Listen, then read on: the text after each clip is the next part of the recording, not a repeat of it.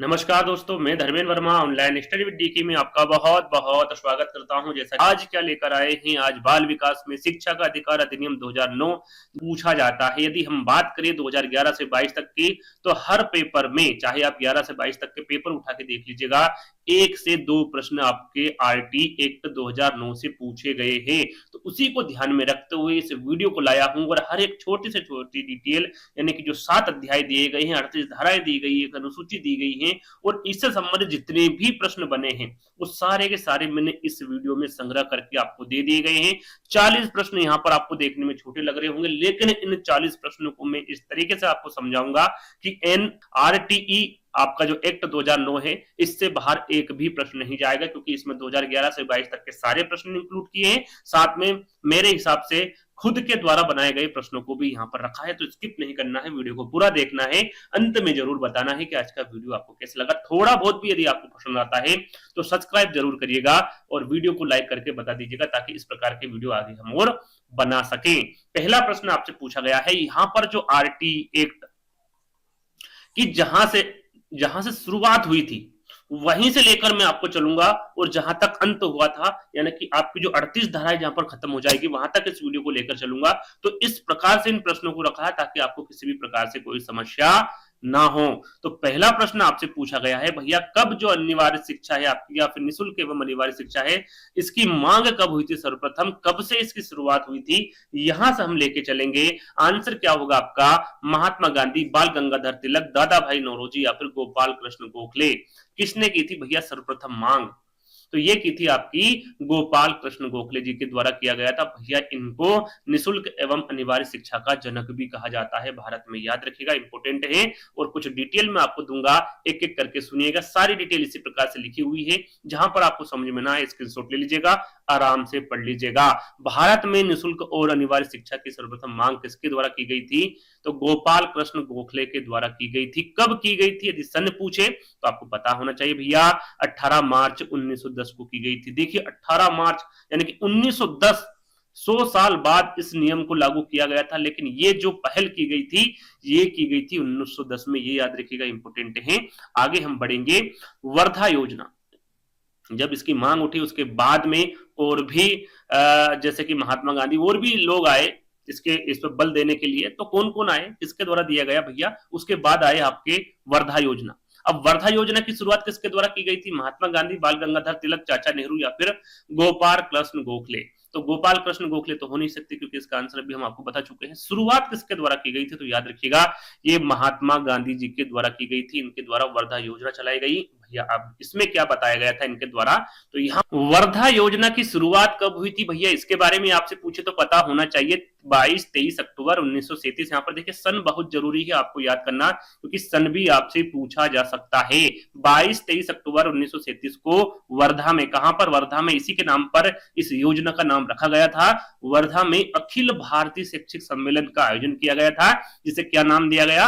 वर्धा योजना दिया गया। कब? 22-23 अक्टूबर 1937 को। साथ में यदि वर्धा योजना के बारे में पूछे कि भैया इसका दूसरा नाम क्या है, या फिर आपसे वर्धा योजना ना पूछते हुए तामिल, बुनियादी तामिल या फिर बेसिक शिक्षा के बारे में पूछ ले, तो भी आपको घबराना नहीं है, यही इसका दूसरा नाम है वर्धा योजना का। याद रखिएगा, साथ में से नई तामिल, बुनियादी तामिल तथा बेसिक शिक्षा के नामों से भी जाना जाता है। जैसे कि अभी हम आरटी 2009 पढ़ रहे हैं, इसमें 6 से 14 वर्ष का उल्लेख किया गया, लेकिन जो वर्धा योजना है इसमें बच्चे को 7 वर्ष तक की निःशुल्क एवं अनिवार्य शिक्षा देने पर बल दिया गया था। कितने तक? 7 वर्ष तक, याद रखिएगा, ये भी इंपोर्टेंट है ना। चलिए आगे बढ़ेंगे। आरटी एक्ट 2009 का पूरा नाम क्या है? यहां पर देखिए बहुत सारे बच्चे, कम से कम मैं बता रहा हूं 50 से 60% बच्चे इस प्रश्न को गलत करेंगे ही करेंगे। क्यों करेंगे? क्योंकि सभी ने क्या पढ़ा भैया, या तो पहले अपन इसके विकल्प देख लेते हैं, उसके बाद चर्चा करेंगे। शिक्षा का अधिकार अधिनियम 2009 बोलेंगे इसको, आरटी एक्ट 2009 का पूरा नाम पूछा है, निःशुल्क एवं अनिवार्य बाल शिक्षा का अधिकार अधिनियम 2009। निःशुल्क एवं अनिवार्य वयस्क शिक्षा का अधिकार अधिनियम 2009 या फिर निःशुल्क शिक्षा का अधिकार अधिनियम 2009। अधिकतर बच्चे इस प्रश्न का आंसर गलत देंगे, मुझे पता है, लेकिन यहां पर मैं आपका कंफ्यूजन क्लियर कर दूं कि आरटीई एक्ट 2009 का पूरा नाम है, हिंदी में इंग्लिश में भी बताऊंगा, पहले हिंदी में जान लेते हैं। इसका नाम है भैया निःशुल्क एवं अनिवार्य बाल शिक्षा का अधिकार अधिनियम 2009। ये है इसका पूरा नाम, याद रखिएगा, इसको ध्यान रख लीजिएगा। शिक्षा का अधिकार अधिनियम 9 इसको बोला जाता है, लेकिन इसका पूरा नाम क्या है? निःशुल्क एवं अनिवार्य बाल शिक्षा का अधिकार अधिनियम 2009 है, जो कि बी वाला आपका करेक्ट होगा। इसको इंग्लिश में भी हम जानेंगे, इंग्लिश में क्या कहेंगे भैया? निःशुल्क एवं अनिवार्य बाल शिक्षा का अधिकार अधिनियम 2009 को right of child to free and compulsory education act 2009 इसका पूरा नाम है इंग्लिश का, याद रखिएगा। ये भी आपसे पूछा जा सकता है, हिंदी में पूछ ले या फिर इंग्लिश में पूछ ले या फिर विकल्प में दोनों नाम दे दे, आपको पता होना चाहिए। चलिए, कोठारी आयोग के अध्यक्ष के बारे में पूछ लिया भैया कौन है। अब यहाँ पर थोड़ा सा कंफ्यूजन है कि भैया यहाँ पर सब में कोठारी है, लेकिन कौन सा कोठारी सही है? डॉक्टर डी एस कोठारी है, doctor DP Kothari, doctor S P Kothari या फिर डॉक्टर टी एच कोठारी है?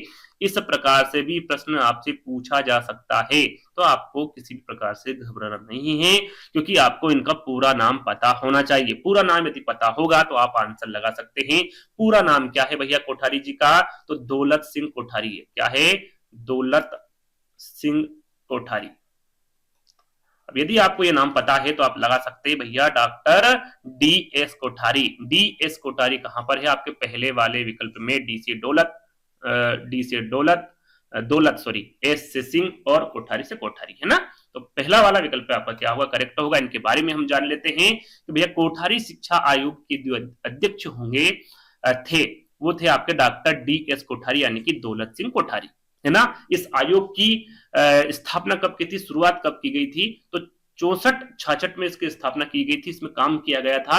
तो इसे भारतीय शिक्षा आयोग भी कहा जाता है। यदि पूछ ले कि कोठारी शिक्षा आयोग का दूसरा नाम क्या है, इसे क्या कहा जाता है, तो भारतीय शिक्षा आयोग के नाम से भी इसे जाना जाता है, जिसके आयोग के अध्यक्ष कौन थे? दौलत सिंह कोठारी थे। और इसमें किसकी बात कही गई है? तो भैया इसमें इस आयोग ने 14 वर्ष की आयु तक निःशुल्क और अनिवार्य शिक्षा पर बल दिया है, जो कि आरटी एक्ट 2009 बताता है। वही बल इनके द्वारा भी दिया गया है, कोठारी शिक्षा आयोग के द्वारा, है ना? चलिए, पांचवा प्रश्न ये रहा आपके सामने भैया, प्रथम राष्ट्रीय शिक्षा नीति कब लागू की गई थी? यहाँ पर जो प्रथम राष्ट्रीय शिक्षा नीति के बारे में पूछा गया भैया, इसे कब लागू किया गया था? वैसे तो द्वितीय राष्ट्रीय शिक्षा भी आई, लेकिन पहले हम प्रथम जानेंगे, उसके बाद द्वितीय के बारे में जानेंगे। 1968, 1986, 1990 या फिर 1995 कब आई भैया? जल्दी से बताइए आंसर, और ये आंसर आपको बताना है तारीख के साथ में, है ना? कमेंट्स के माध्यम से। देखिए, इसी प्रकार से ही आपको आंसर देना है, क्योंकि यदि आपको नहीं भी पता है तो आपका यहाँ पर कॉन्फिडेंस बढ़ता है कि भैया ये आंसर होगा कि नहीं होगा, मेरे द्वारा कौन सा आंसर दिया जा सकता है ना? तो इस प्रकार से आपको पता होना चाहिए। वैसे इसका आंसर सभी को पता होगा। प्रथम राष्ट्रीय शिक्षा नीति कब लागू की गई थी? तो ये की गई थी आपकी 1968 में, 24 जुलाई 1968। कब? 24 जुलाई 1968 में। इसकी डिटेल हम देख लेते हैं, है ना? यहाँ पर प्रथम और द्वितीय दोनों के बारे में बताऊंगा। यदि प्रथम राष्ट्रीय शिक्षा नीति के बारे में पूछे तो 24 जुलाई 1968 आपका करेक्ट आंसर होगा।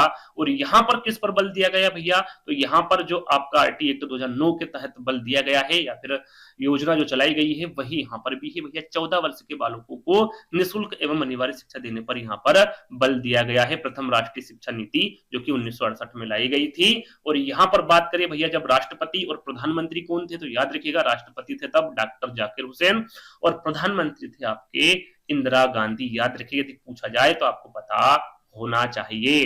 द्वितीय राष्ट्रीय शिक्षा नीति की हम बात करें तो ये देखिए, यहां पर उल्टा कर दीजिए कि 1968 है तो 68 को क्या कर देंगे हम? उल्टा कर देंगे 1986। तो ये आपकी हो गई दूसरी नीति, यानी कि द्वितीय राष्ट्रीय शिक्षा नीति को लागू किया गया था 1986 को। इसमें किस पर बल दिया गया है? तो इसमें भी 6 से 14 वर्ष के बालकों को निःशुल्क एवं अनिवार्य शिक्षा देने पर बल दिया है। तब कौन थे भैया राष्ट्रपति और प्रधानमंत्री? तो आप देख सकते हैं, तब राष्ट्रपति थे ज्ञानी जैल सिंह और प्रधानमंत्री थे राजीव गांधी। याद रखिएगा, कौन राष्ट्रपति थे और कौन प्रधानमंत्री थे, पूछा जा सकता है। आगे हम बात करेंगे छठे प्रश्न की, शिक्षा को राज्य सूची से हटाकर समवर्ती सूची में कौन से संविधान संशोधन में जोड़ा गया? इंपोर्टेंट प्रश्न है।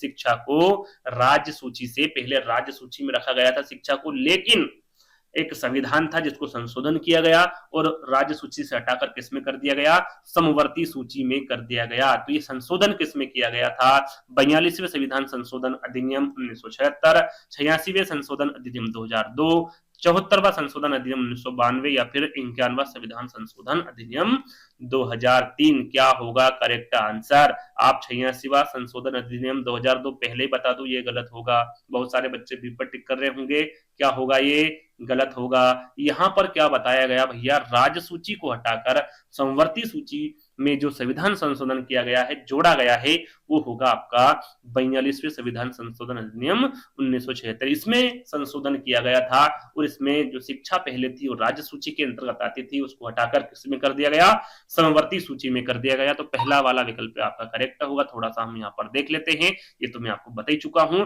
यदि बात करें किसके द्वारा किया गया, जब प्रधानमंत्री कौन थी, तो याद रखिएगा इंदिरा गांधी जी थी। कौन थी, इंदिरा गांधी जी थी, याद रखिएगा 42वें संविधान संशोधन 1976, है ना। चलिए आगे बात करेंगे। जैसे कि अभी हमने जाना कि भैया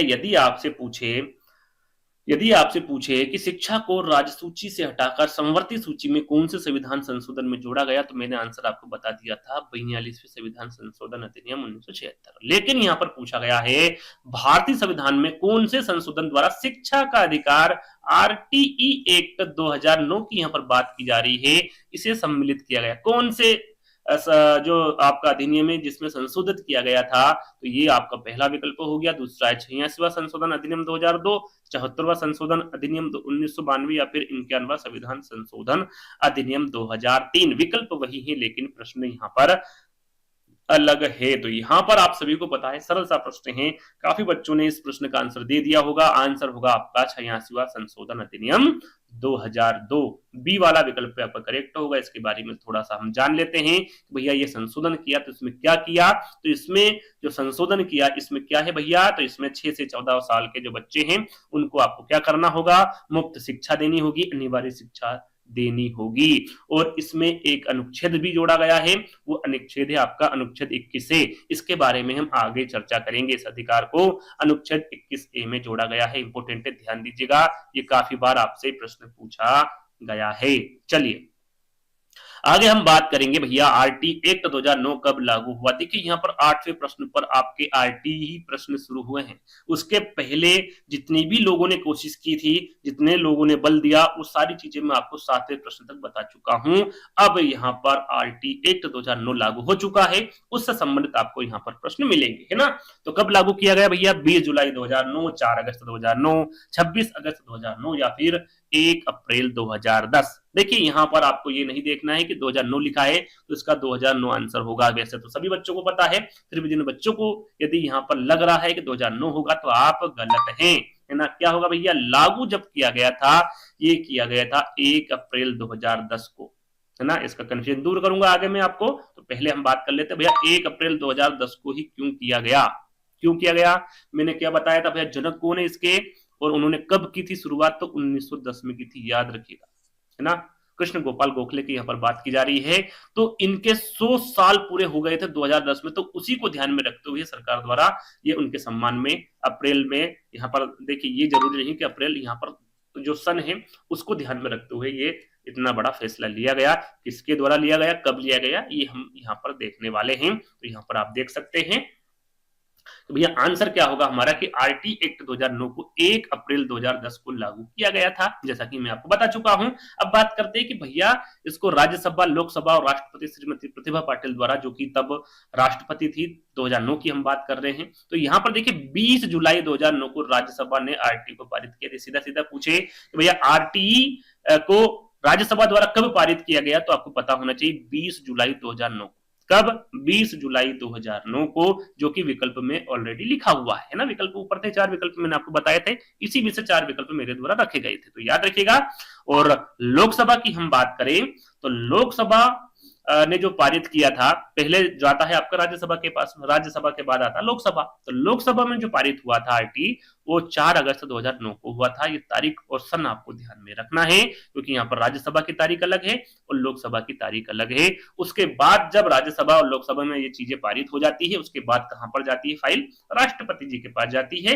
यदि वो उस पर साइन कर देती है तो वो सारी चीजें क्लियर हो जाती है।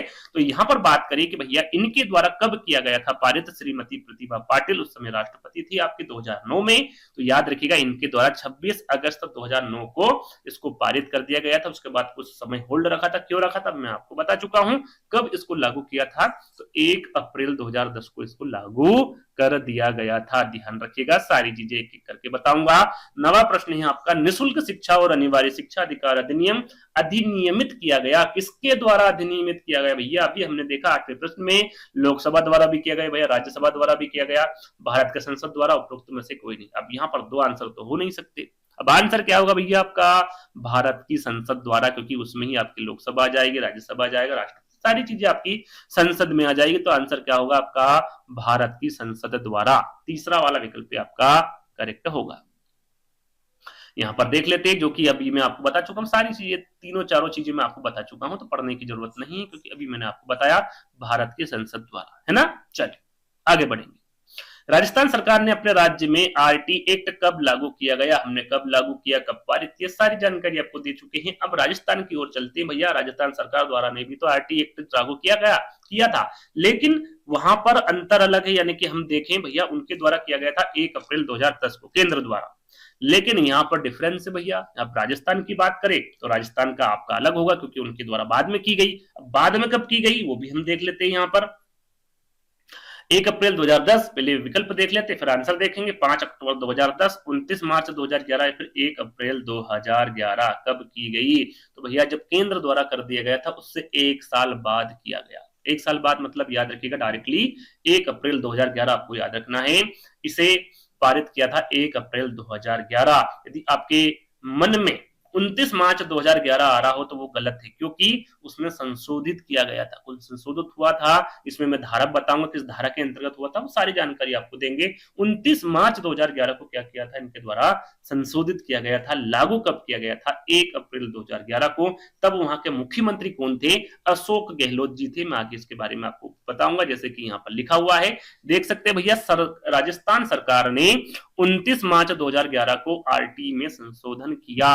अब यहाँ पर बात आती कि भैया इनके द्वारा कैसे संशोधन किया, ये तो केंद्र सरकार द्वारा इसको पारित किया गया था। तो एक धारा है आपकी, धारा 21, क्या है भैया उसके अंदर? धारा 21, जैसे कि हमने बताया था 38 धाराएं हैं टोटल इसमें, उसमें धारा 38 में कहा गया है कि विद्यालय प्रबंधन समिति का वर्णन किया गया है इसमें। और राजस्थान ने, मतलब कहने का मतलब है कि इस धारा के अंतर्गत, है ना, इनके द्वारा इसमें कुछ संशोधित किया गया और फिर उसको लागू किया और इनकी खुद की इन्होंने आरटी बनाई। कैसे बनाई भैया? कब? 1 अप्रैल 2011 में राजस्थान में इसको लागू कर दिया गया। मुख्यमंत्री कौन थे? अशोक गहलोत। और राजस्थान में आरटी का नाम क्या रख दिया गया? आरटी अधिनियम 2011। यदि सीधा सीधा पूछे कि वहां पर क्या नाम है राजस्थान में, तो वहां पर 2009 नहीं है, है ना। क्या है? आरटी अधिनियम 2011। ये आपको पता होना चाहिए। किस धारा के अंतर्गत? धारा 21, विद्यालय प्रबंधन समिति का इसमें पूरा वर्णन किया गया है। और इसी के तहत राजस्थान में 10 मई 2011 को विद्यालय प्रबंधन समिति का गठन हुआ। यदि यहाँ पर गठन पूछे किसका? विद्यालय प्रबंधन समिति, एसएमसी, याद रखिएगा, इंपोर्टेंट है। इसका गठन कब हुआ था? तो भैया इसका गठन हुआ था 10 मई 2011 को। ये आपको ध्यान रखना है ना। चलिए आगे बढ़ेंगे।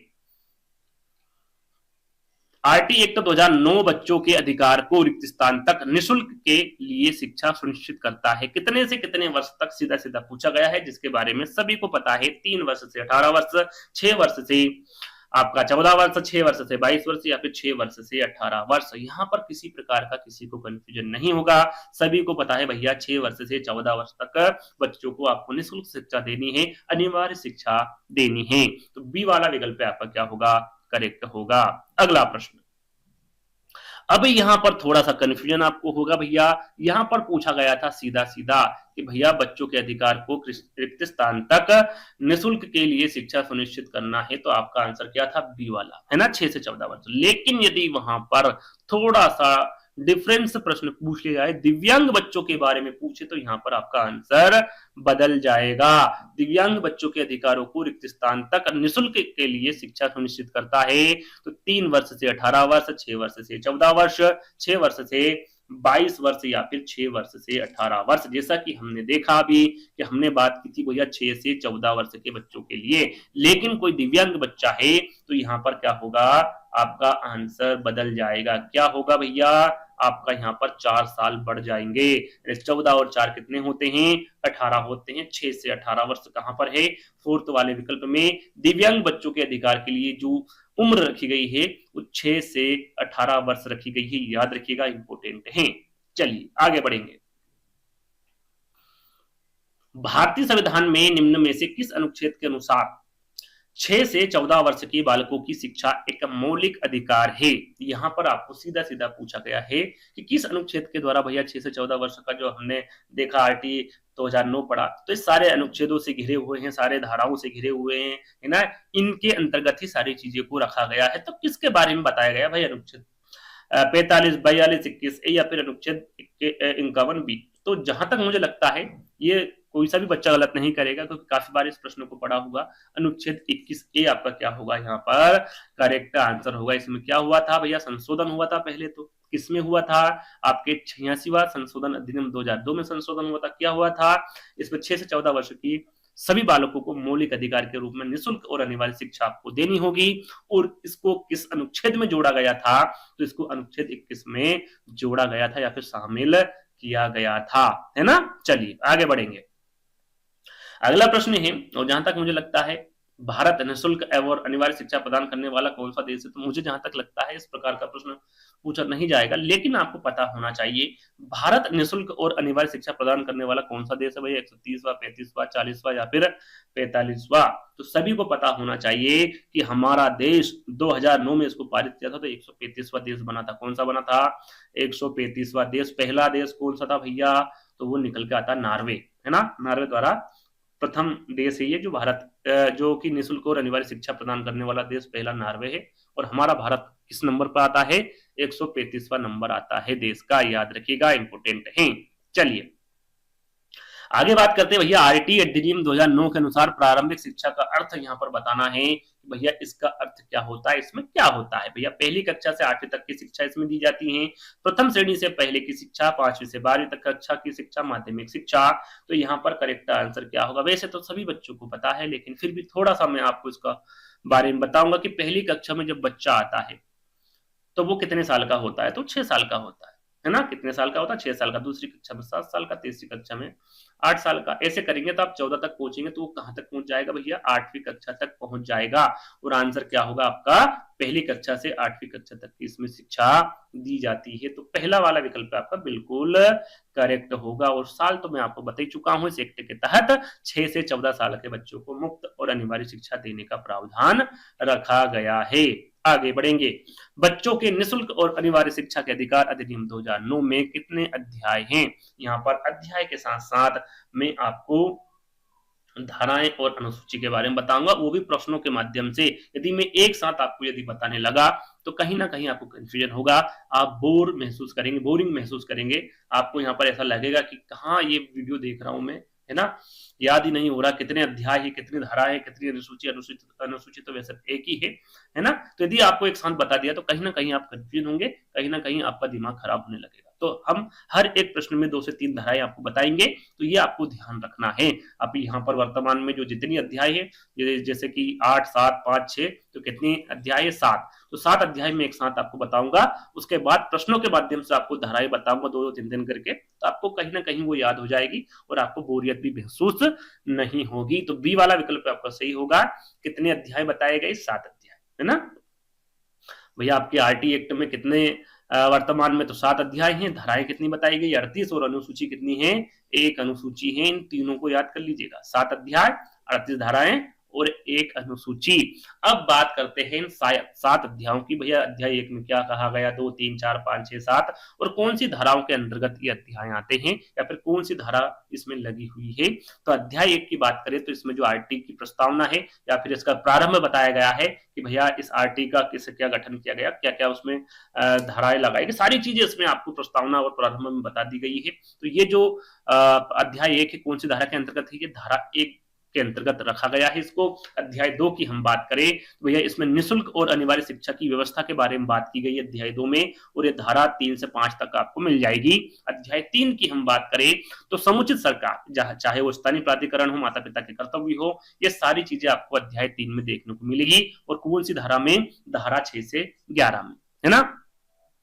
अध्याय 4 की हम बात करें तो भैया विद्यालय और अध्यापकों के उत्तरदायित्व यहाँ पर बताए गए अध्याय 4 में, और ये धारा 12 से 28 तक बताए गए। धारा की हम बात करें तो अध्याय 5 की हम बात करें तो भैया प्राथमिक शिक्षा का पाठ्यक्रम और उसे समय पर पूरा करना, ये अध्याय 5 में ये बात कही गई है। और ये धारा जो बताई गई है, ये धारा 29 व 30 में इस बात का जिक्र किया गया है। छठे और 7वें अध्याय की हम बात करें तो बालकों के अधिकार का संरक्षण इसमें बताया गया है अध्याय 6 में, और धारा 31 व 34 में इसकी बात, धारा 31 से 34 में इसकी बात की गई है। अध्याय 7 की हम बात करें तो भैया इसमें प्रकीर्ण और जो अन्य मुख्य बातें हैं वो 35 से 38 में बता दी गई है। तो धारा 1 से हम चले थे, धारा 38 यहाँ पर खत्म हो गई, अध्याय 7 यहाँ पर खत्म हो गए, है ना। तो 1 से 7 तक अध्याय और कौन सी धारा में इनको रखा गया है, इसके बारे में आपको पूरी जानकारी होना चाहिए। अब बात करेंगे अगले प्रश्न की। शिक्षा का अधिकार अधिनियम 2009 में निर्दिष्ट किया गया है कि कक्षा 1 से 5 तक की यदि प्रवेश दिए गए विद्यार्थियों की संख्या यहाँ पर कितनी बताई गई है, 200 से अधिक। ध्यान दीजिएगा, यहाँ पर बच्चों के यहाँ पर संख्या पर निर्भर करता है कि कितने शिक्षक होने चाहिए। तो यहाँ पर पूछा गया भैया 200 से अधिक यदि विद्यार्थी है तो उसमें कितने आवश्यक अनुपात होंगे, यानी कि कितने पे कितने विद्यार्थी होंगे, अनुपात यहाँ पर पूछा गया है। तो विद्यार्थी अनुपात में शुरू से आखिर तक आपको बताऊंगा। यहाँ पर पहले हम आंसर जान लेते हैं कि 30, 40, 45 या फिर 50। तो जब 200 से अधिक बच्चे होते हैं तो वहां पर बात की जा रही है, तो वहां पर होंगे 1:40, यानी कि 40 विद्यार्थियों पे कितने होंगे, 1 शिक्षक होंगे। तो यहाँ पर क्या सही आंसर होगा आपका, 40 होगा, है ना। क्या होगा, 40 होगा। बी वाला विकल्प आपका करेक्ट होगा। यहाँ पर देखिए मैंने थोड़ा समझाने की आपको कोशिश की है, तो समझिएगा। यदि आपसे 200 से अधिक विद्यार्थी के बारे में पूछे तो जो वहां पर सामान्य अनुपात निकल के आता है आरटी एक्ट 2009 के अनुसार, तो वो निकल के आता है 1:40। कितना होता है, 1:40 होता है। यदि आपसे अलग अलग पूछ ले वे प्राथमिक विद्यालय में अध्यापक और विद्यार्थी का अनुपात कितना होता है, तो 30 बच्चों पर 30 विद्यार्थी पर कितना होगा, 1 शिक्षक होगा, है ना। और यदि उच्च प्राथमिक विद्यालय के बारे में पूछ ले तो यहाँ पर अध्यापक छात्र अनुपात कितना होगा, तो 35 छात्रों पर कितना होगा, या फिर 35 विद्यार्थी पर 1 छात्र, सॉरी 1 शिक्षार्थी होगा, सॉरी 1 अध्यापक होगा, है ना। 1:35, 35 बच्चे होंगे और 1 शिक्षक होगा। और यहाँ पर प्राथमिक विद्यालय के बारे में पूछे तो 30 विद्यार्थी होंगे और 1 शिक्षक होगा। ये बदल भी सकता है। कैसे बदलेगा भैया, जब विद्यार्थियों की संख्या बढ़ जाएगी। जैसे कि यहाँ पर हम देख सकते हैं कि 1:30 की हमने बात की थी प्राथमिक शिक्षक के बारे में, यहाँ पर मैं आपको बता रहा हूं। तो यदि संख्या 30 से 60 हुई, जाहिर सी बात है शिक्षक कितने हो जाएंगे, 2 हो जाएंगे। ऐसे ही यहाँ पर दिया हुआ है कि यदि 60 विद्यार्थी है तो वहां पर 2 अध्यापक हो जाएंगे। 61 से 90 तक यदि बच्चे हैं तो 3 हो जाएंगे। 91 से 120 है तो 4 हो जाएंगे। यहां तक किसी प्रकार की कोई प्रॉब्लम नहीं है, लेकिन यहां पर थोड़ी सी समस्या है। कैसे समस्या है, समस्या नहीं है, यानी कि आपको याद रखना है 121 से 200 तक यदि विद्यार्थी हैं तो उसमें अध्यापक कितने होंगे, 5 होंगे। लेकिन 121 से 200 तक की हम बात कर रहे हैं, लेकिन इसके बीच में 150 भी आता है भैया। तो 150 से अधिक यदि आपके स्कूल में विद्यार्थी हैं तो उसमें क्या हो जाएगा, एक कौन जुड़ जाएगा, प्रधानाध्यापक जुड़ जाएंगे, और 5 शिक्षक तो आपके है ना। उसमें नियमित प्रधानाध्यापक हो जाएंगे। तो टोटल कितने हो जाएंगे, टोटल 6 हो जाएंगे। इस पर आपको विशेष ध्यान देना है कि 150 से अधिक यदि विद्यार्थी होंगे तो 1 नियमित प्रधानाध्यापक और साथ में 5 अन्य अध्यापक होंगे, तो टोटल 6 शिक्षक और से शिक्षक आपको वहां पर पढ़ाएंगे है ना, विद्यालय में। किस विद्यालय की बात की जा रही है? प्राथमिक शिक्षक की बात की जा रही है।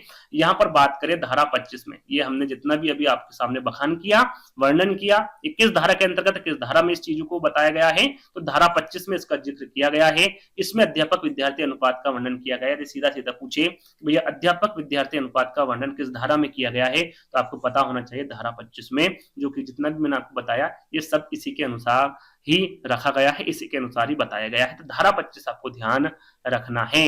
आगे हम बढ़ेंगे कि भैया शिक्षा का अधिकार अधिनियम 2009, प्राथमिक विद्यालयों में सत्र कार्य दिवस कितने होते हैं? एक आपसे पूछा जाता है साप्ताहिक, है ना, और एक पूछा जाता है सत्र कार्य का मतलब होता है एक साल में, है ना। इस पर विशेष ध्यान देना है कि मुझे साल में पूछा है कि साप्ताहिक पूछा है।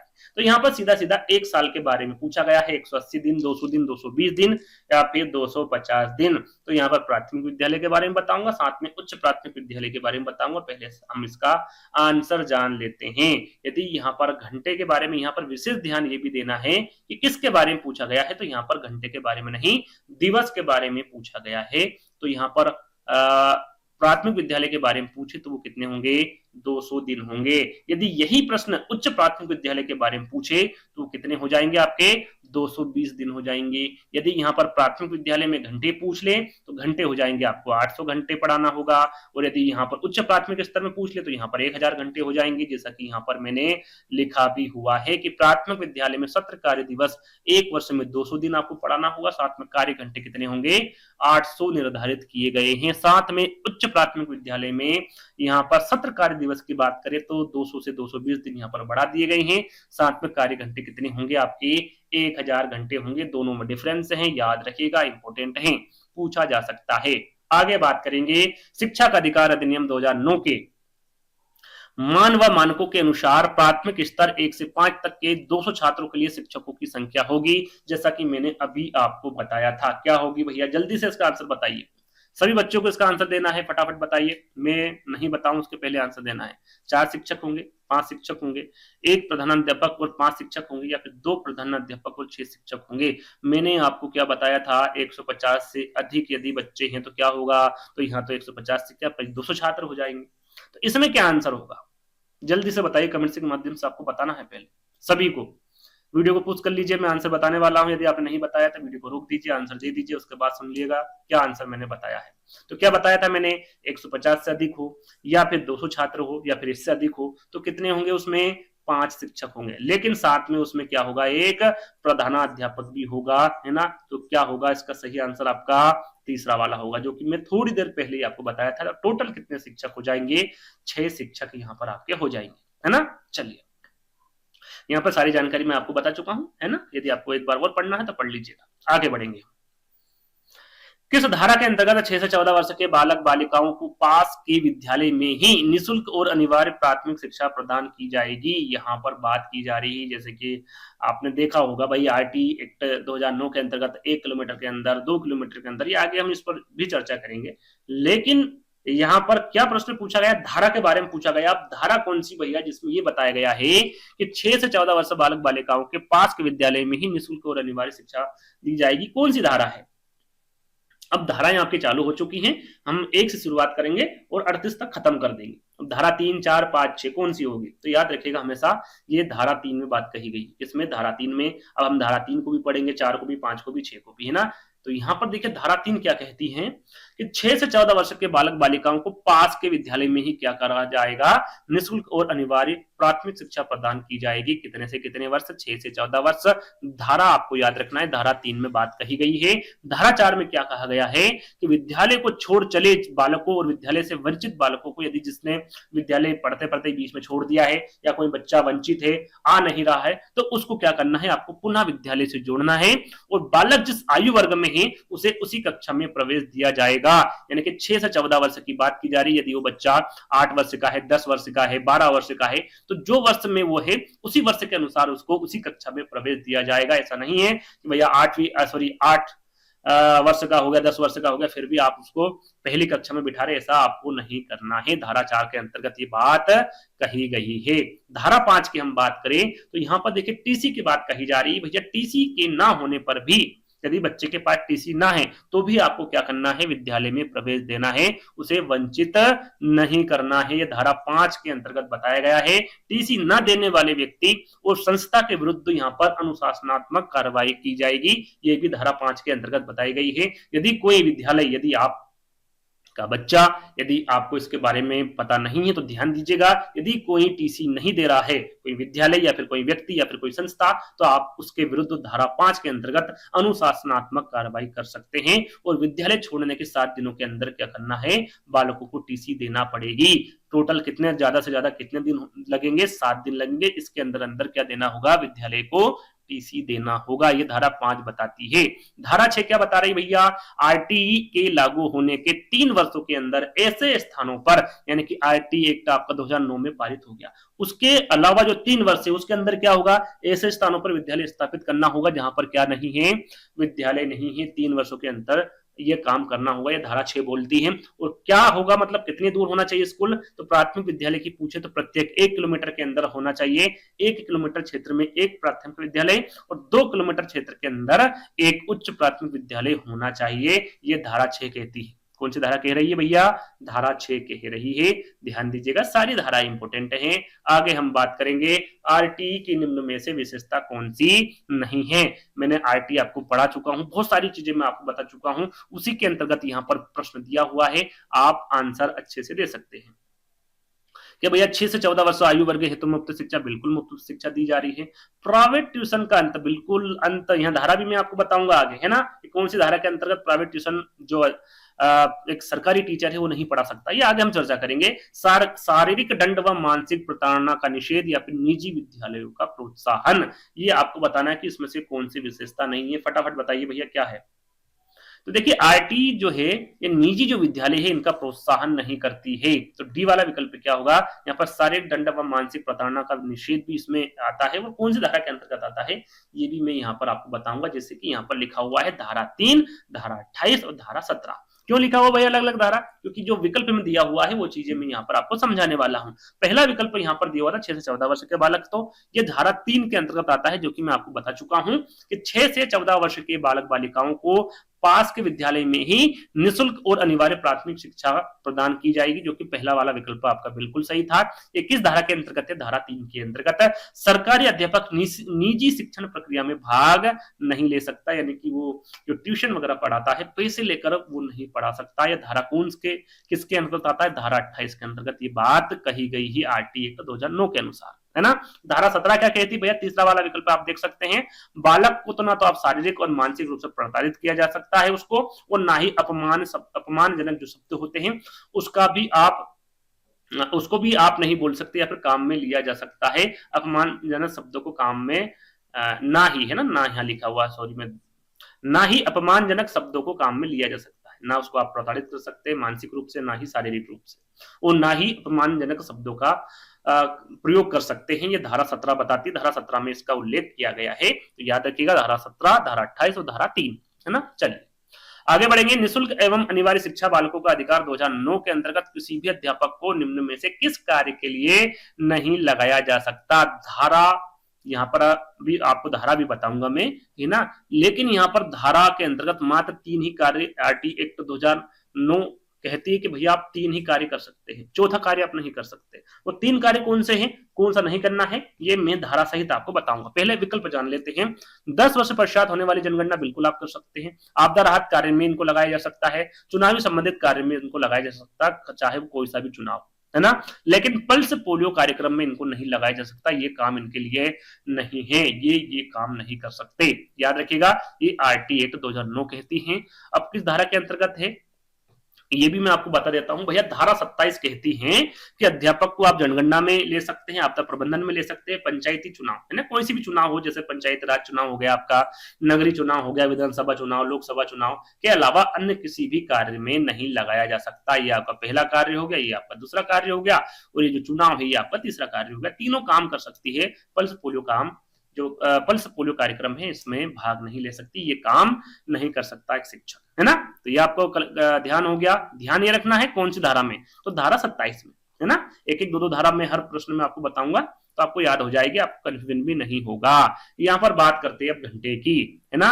आरटी एक्ट 2009 के अनुसार शिक्षक हेतु प्रति सप्ताह, जैसे हमने सत्र की बात कर ली, अब प्रति सप्ताह कार्य घंटे कितने होने चाहिए, 40 घंटे, 42, 45 या फिर 48। मुझे नहीं लगता है कि जो वीडियो देख रहे हैं उनको ये पता नहीं होगा, ज्यादातर बच्चों को इसके बारे में पता होगा। प्रति साप्ताहिक कार्य घंटे कितने होने चाहिए भैया एक शिक्षक हेतु, तो 45 घंटे उसको पढ़ाना होगा एक सप्ताह में, है ना। तो ये सभी को पता होगा, तीसरा वाला विकल्प आपका करेक्ट होगा। चलिए आगे बढ़ेंगे।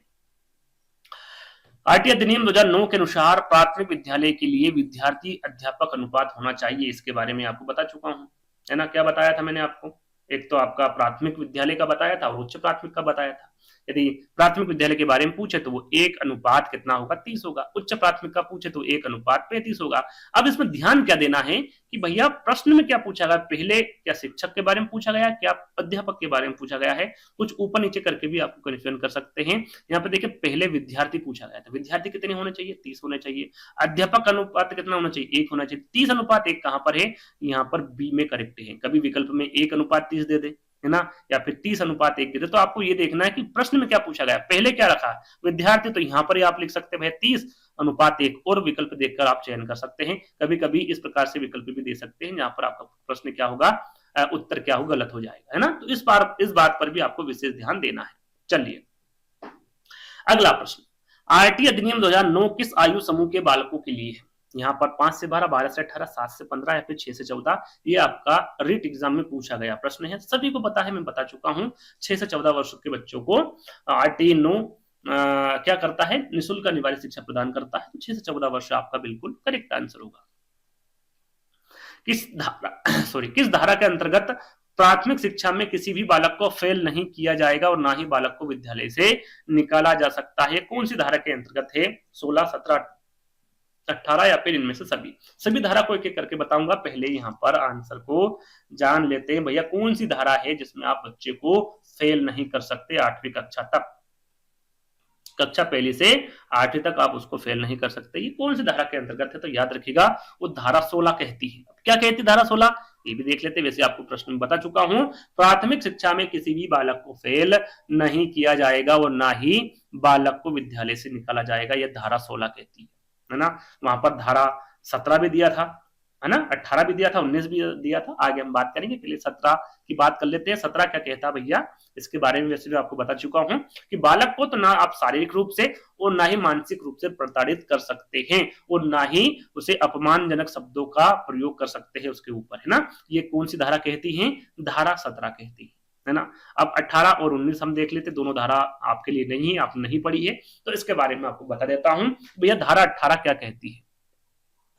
धारा 18 का कहना है कि आरटी अधिनियम लागू होने के बाद कोई भी विद्यालय सरकार की मान्यता के बिना संचालित और स्थापित नहीं किया जाएगा, यानी कि आपको मान्यता लेना जरूरी है। आपने देखा होगा, आपको यदि स्कूल चलाना है, यदि आप स्कूल चला रहे हैं विद्यालय, चाहे वो प्राइवेट हो, तो आपको क्या करना होगा, वहां पर मान्यता लेना होगी, है ना, यदि आपको उसको चलाना होता तो याद रखिएगा ये धारा 18 कहती है। यदि आप ऐसा नहीं करते तो आपके साथ क्या हो सकता है, ये भी हम देख लेते हैं। यदि कोई विद्यालय मान्यता के बिना संचालित किया जा रहा है या मान्यता रद्द करने के बाद संचालित किया जा रहा है तो उसके विरुद्ध 1 लाख रुपए तक का जुर्माना या फिर प्रतिदिन 10,000 रुपए जुर्माना लगाया जा सकता है।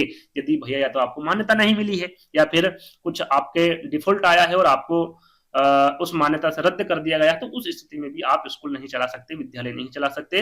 आपके विरुद्ध 1 लाख तक का जुर्माना लगाया जा सकता है या फिर 10,000 रुपए तक का आपका प्रतिदिन भी जुर्माना लगाया जा सकता है धारा 18 के अंतर्गत। धारा 19 क्या कहती है भैया, धारा 19 कहती है कि विद्यालय के भौतिक मापदंड का निर्धारण अर्थात आरटी अधिनियम लागू होने के 3 वर्षों के अंदर विद्यालय में निम्न भौतिक सुविधाएं होनी जरूरी है। यानी कि यदि आपने स्कूल खोला है ना, तो 3 वर्ष के अंदर अंदर आपके पास क्या होना चाहिए, विद्यालय भवन तो होना ही चाहिए, साथ में 4 दीवारी पुस्तकालय होना चाहिए, प्रयोगशाला होनी चाहिए, प्रधानाध्यापक कक्ष होना चाहिए, रसोई घर, स्वच्छ पेयजल व्यवस्था, बाल बालिकाओं के लिए पृथक पृथक शौचालय आदि, ये सारी सुविधाएं आपके लिए होनी चाहिए। ये कौन सी धारा कहती भैया, धारा 19 कहती है। यदि इसके मापदंडों के अनुसार विद्यालय नहीं है तो उसकी जो मान्यता यदि दी गई है या फिर देने वाले हैं तो उसकी मान्यता जो है वो निरस्त कर दी जाएगी, ये धारा 19 कहती है ना। अगला प्रश्न, आरटी अधिनियम 2009 के अनुसार शिक्षकों के लिए प्रति सप्ताह कार्य के निर्धारित घंटे कितने होंगे? ये मैं आपको बता चुका हूं, रिपीटेड प्रश्न है ये, आपका रीट एग्जाम में 2 बार यानी कि रिपीट हुआ प्रश्न है रीट एग्जाम में, है ना। तो मैं आपको बता चुका हूं, क्या आंसर बताया था, 45 घंटे। तीसरा वाला विकल्प आपका करेक्ट होगा। अगला प्रश्न आपसे पूछा गया है, भैया बालकों का मुक्त एवं अनिवार्य शिक्षा का अधिकार 2009 में निम्न में से किस पर ध्यान नहीं दिया गया है? किस पर ध्यान नहीं दिया गया है? 4 विकल्प है, उसके अनुसार आपको आंसर देना है। चलिए आंसर पढ़ लेते हैं। अध्यापकों को प्रशिक्षण की सुविधा प्रदान करना, बिल्कुल प्रशिक्षण दिया जाता है भैया अध्यापकों को, किस प्रकार आपको पढ़ाना है बच्चों को। घुमंतु बालकों के प्रवेश को सुनिश्चित करना, किसी भी प्रकार का बालक हो उसे आपको प्रवेश करवाना ही है। एकेडमिक कैलेंडर को निर्धारित करना, बिल्कुल कर सकते हैं, लेकिन 14 वर्ष के पश्चात, 14 वर्ष के पहले की बात की जाती है। मुक्त एवं अनिवार्य शिक्षा का अधिकार 2009 में 14 वर्ष के पश्चात की बात नहीं की गई भैया इसमें, है ना। तो डी वाला विकल्प आपका क्या होगा, करेक्ट होगा। आगे बात करेंगे, शिक्षा का वर्णन किस भाग में किया गया है? इंपोर्टेंट है, ध्यान दीजिएगा, ये प्रश्न आ सकता है। शिक्षा का वर्णन जो है किस भाग में? धारा 3, 4, भाग 4 का में, या फिर इनमें से सभी। तो याद रखिएगा, भाग 3 में भी की गई है शिक्षा का वर्णन, भाग 4 में भी, भाग 4 का में भी की गई है, तो यानी कि इनमें से सभी। अब क्या की गई है उसके बारे में आपको पता होना चाहिए। लीजिए भैया, यहाँ पर भाग 3 में क्या कहा गया है? मौलिक अधिकार अनुच्छेद 21A, जो कि हम आरटी एक्ट 2009 में पढ़ चुके हैं, इसमें शिक्षा का अधिकार बताया गया भैया भाग 3 में, है ना। याद रखिएगा, ये मैं आपको बता चुका हूं। भाग 4 और भाग 4 का के बारे में भी आपको पता होना चाहिए। इसमें नीति निर्देशक तत्वों के बारे में, यानी कि अनुच्छेद 45 में निःशुल्क और अनिवार्य शिक्षा का अधिकार की बात की गई भाग 4 में, है ना। भाग 4 का में भी आपकी शिक्षा का वर्णन किया गया, अनुच्छेद 51 का में 11वां मौलिक कर्तव्य जोड़ा गया है, जिसमें शिक्षा के बारे में बात की गई है। तो याद रखिएगा, शिक्षा के बारे में भाग 3 में बात की गई, भाग 4 में, और भाग 4 का में बात की गई है। तो इन तीनों के बारे में आपको पता होना चाहिए, और साथ में ये अनुच्छेद भी आपको पता होना चाहिए। अनुच्छेद 21 से अनुच्छेद 45, अनुच्छेद 51 का, ये आगे में प्रश्न रखूंगा और रखा है मेरे द्वारा, और आपको आंसर देना है पहले। अनुच्छेद 21 से याद रखना है, अनुच्छेद 45 और अनुच्छेद 51 का, ये तीनों ही शिक्षा की बात करते हैं, है ना। चलिए आगे बढ़ेंगे। शिक्षा का अधिकार अधिनियम 2009 में एक अध्यापक को निम्न में से किस दायित्व को पूरा करना होगा? वो कौन सा दायित्व है जो कि एक शिक्षक यानी कि अध्यापक को करना होगा? विकल्प पढ़ लेते हैं। विद्यालय में नियमित रूप से समय पर उपस्थित होना होगा। यहाँ पर हम प्रश्न के बाद में कौन सी धारा के अंतर्गत पूछा जाएगा ये भी मैं आपको बताऊंगा। तो बिल्कुल यहाँ पर विद्यालय में नियमित रूप से समय पर उपस्थित होना होगा। एक अध्यापक को, एक शिक्षक को पाठ्यक्रम का संचालन पूरा कराना होगा, बिल्कुल कराना होगा। संपूर्ण पाठ्यक्रम को निर्धारित समय पर पूरा कराना होगा, बिल्कुल निर्धारित समय पर ही पूरा कराना होगा, यानी कि इनमें से सभी। ये सारी बात किस धारा के अंतर्गत है ये भी हम जान लेते हैं। तो धारा 24, धारा 24 में कही गई है कि भैया अध्यापक के जो कार्य होंगे और कर्तव्य होंगे वो कौन कौन से होंगे, उसको क्या करना होगा एक शिक्षक को, एक अध्यापक को। तो समय पर विद्यालय आना और जाना होगा, निश्चित समय अवधि में पाठ्यक्रम को पूरा करवाना होगा, साथ में व्यक्तिगत विभिन्नताओं के अनुसार बालकों को शिक्षा प्रदान करनी होगी। ये कौन सी धारा कहती है भैया? धारा 24। सीधा सीधा आपसे ये भी पूछा जा सकता है कि भाई किस धारा के अंतर्गत अध्यापक के कार्य और कर्तव्य बताए गए हैं? तो धारा 24। कौन सी धारा? धारा 24, याद रखिएगा, इंपोर्टेंट है ना। चलिए आगे बढ़ेंगे। आईटी एक्ट 2009 के अनुसार निम्नलिखित किस प्रमाण पत्र के बिना कोई विद्यालय स्थापित नहीं किया जाएगा? प्रशंसा, मान्यता, नियम व शर्तें, प्राधिकार। तो यहाँ पर मैं आपको बता चुका हूं भैया, एक विद्यालय आपको खोलना है ना, आपको बच्चों को पढ़ाना है, तो आपको क्या करना होगा? सरकार से मान्यता लेनी होगी, यानी कि ये प्रमाण पत्र आपके पास होना चाहिए, इसके बिना आप विद्यालय स्थापित नहीं कर सकते। तो बी वाला विकल्प आपका करेक्ट होगा।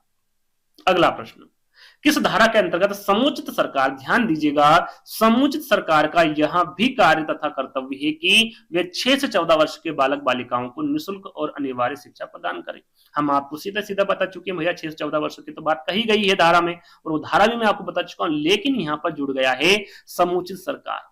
इसमें आपकी राज्य सरकार भी आ गई, है ना, आपकी केंद्र सरकार तो है ही। तो ये कौन सी धारा में कही गई भैया? धारा 8, 9, 10 या फिर इनमें से सभी? कौन सी धारा में कही गई है? यदि आपको पता है तो आप आंसर बिल्कुल बता सकते हैं। धारा 8, कौन सी धारा? धारा 8 में कही गई है। वैसे मैं यहाँ पर आपको बता दूं, यहाँ भी बोलूंगा फिर यहाँ बोलूंगा, समय खराब होगा। मैं यहाँ पर आपका बिल्कुल भी समय खराब नहीं करना चाहता। आपने देखा होगा मैं फालतू बात नहीं करता हूँ, प्रश्न पढ़ता हूँ, आंसर बताता हूँ, है ना। यही सारा काम है मेरा। आप शुरू से आखिर तक मेरे वीडियो उठा के देख लीजिए, मैं यही काम करता हूँ, है ना। धारा 8 क्या कहती है भैया? समुचित सरकार का यह भी कार्य तथा कर्तव्य है कि वे 6 से 14 वर्ष के बालक बालिकाओं को निःशुल्क और अनिवार्य शिक्षा प्रदान करे, है ना। अब बात करते हैं यहाँ पर समुचित सरकार आ गई, यानी कि समुचित सरकार का मतलब इसमें राज्य सरकार भी आ गई। लेकिन स्थानीय प्राधिकारियों की बात कर ली जाए, यदि प्राधिकार की पूछ ले भैया कि जो स्थानीय प्राधिकार है वहां पर, है ना, यह कार्य है कि बालक बालिकाओं के निःशुल्क और अनिवार्य शिक्षा प्रदान करे। जो सरपंच वगैरह होते हैं, है ना, जो स्थानीय होते हैं, उनकी बात यहाँ पर की जा रही है। तो ये धारा 9 के अंतर्गत है, ये 8 में नहीं आएगी। इसके लिए अलग धारा बनाई गई, धारा 9, है ना। स्थानीय प्राधिकारी जो होते हैं उनका ये कार्य है कि भैया बालक बालिकाओं को निःशुल्क और अनिवार्य शिक्षा प्रदान करें, है ना। धारा 10 क्या कहती है भैया? धारा 10 कहती है कि माता पिता का यहाँ कार्य है कि बालिकाओं को निःशुल्क और अनिवार्य शिक्षा प्रदान करें। ये माता पिता पूछ ले भैया, माता पिता का यहाँ कार्य है कि बालिकाओं को निःशुल्क और अनिवार्य शिक्षा प्रदान करें। यहाँ पर भी बालिका लिखा हुआ है ना, बालिकाओं को अनिवार्य शिक्षा प्रदान करें। ये कौन सी धारा कहती है? तो धारा 10 कहती है। याद रखिएगा, इंपोर्टेंट है। यहाँ पर बालिकाएं दोनों हैं, यहाँ पर बालिकाएं हैं और यहाँ पर भी बालिकाएं हैं। इस पर आपको विशेष ध्यान देना है। धारा 8, 9, 10 तीनों के बारे में आपको बता चुका हूं। इसी प्रकार से प्रश्न रखे हैं कि देखिए तीनों में एक ही प्रकार के प्रश्न है। मैंने धारा एक ही प्रकार की है, थोड़ा बहुत अंतर है, तो इस प्रकार से मैंने प्रश्नों को रखा है, विकल्पों को रखा है। तो आंसर क्या होगा आपका? धारा 8 होगा, है ना। निजी विद्यालय में भी कमजोर वर्ग के बालकों को सीटों में कितने प्रतिशत का आरक्षण दिया जाएगा? निजी विद्यालयों की बात की जा रही, कमजोर वर्ग की बात की जा रही है, जो फीस नहीं भर सकते, है ना, जो बीपीएल की श्रेणी में आते हैं, उनकी बात यहां पर की जा रही। 15, 20, 25 या फिर 30। तो हमेशा याद रखिएगा 25%। यदि कोई कक्षा आपने निजी विद्यालय खोला है तो उस कक्षा में 1 से 8 तक की यहाँ पर बात की जा रही है। 25% जो बच्चे होते हैं उसमें निःशुल्क होंगे, किसी भी प्रकार से वहां पर उनसे पैसा नहीं लिया जाएगा। 25% आपका बिल्कुल करेक्ट आंसर होगा। और ये धारा किस में बात की गई है? धारा 12 में बात की गई है। निजी विद्यालयों में भी कमजोर वर्ग के बालकों को सीटों में 25% का आरक्षण दिया जाएगा। कितने प्रतिशत का? 25% का आरक्षण दिया जाएगा। अगला प्रश्न है, कौन आईटी में संशोधन कर सकती है? भाई राज्य सरकार कर सकती है, केंद्र सरकार, रक्षा मंत्रालय या फिर इनमें से सभी। तो हमेशा याद रखिएगा आरटी में संशोधन की बात की जा रही है, धारा की बात नहीं की जा रही है। क्योंकि धारा में जैसे कि आपने देखा होगा, वह राजस्थान सरकार ने धारा में परिवर्तन किया। उस धारा के अंतर्गत, है ना, अपना खुद का आरटी वही है, लेकिन उन्होंने क्या किया, उसको जब लागू किया वो तारीख अलग है, और उन्होंने वहां पर एक गठन किया था, वो चीज अलग है ना। लेकिन आरटी में कौन संशोधन कर सकता है? तो हमेशा याद रखिएगा वो सिर्फ और सिर्फ केंद्र सरकार ही कर सकती। कौन? केंद्र सरकार। बी वाला विकल्प आपका करेक्ट होगा। अगला प्रश्न है, किस धारा के अंतर्गत प्राथमिक शिक्षा का पाठ्यक्रम और मूल्यांकन प्रक्रिया की जाएगी? भैया यहाँ पर बताना है कौन सी धारा है जिसमें प्राथमिक शिक्षा का पाठ्यक्रम और मूल्यांकन प्रक्रिया की जाएगी। धारा 22, धारा 23, 29 या फिर इनमें से कोई नहीं। क्या करेक्ट आंसर होगा? 35 का। यहाँ पर ये मत समझिएगा कि अभी तक मैं जो भी धाराएं बता रहा हूं उसमें पहला वाला विकल्प टच कर दिया कि भाई पहला वाला विकल्प होगा, नहीं, पहला वाला विकल्प यहाँ पर सही नहीं होगा। धारा 29 होगी। धारा 29 क्या कहती है भैया? कि प्राथमिक शिक्षा का पाठ्यक्रम और मूल्यांकन प्रक्रिया की जाएगी, ये धारा 29 कहती है। अब इसके बारे में हम जान लेते हैं। धारा 29, 22, 23 दोनों तीनों के बारे में हम जानेंगे। पहले यहाँ पर देखिए विशेष क्या है, ये आपको पता होना चाहिए। जैसे कि प्राथमिक शिक्षा का पाठ्यक्रम और मूल्यांकन प्रक्रिया किस धारा के अंतर्गत आएगी? 29। इससे भी इंपोर्टेंट क्या है?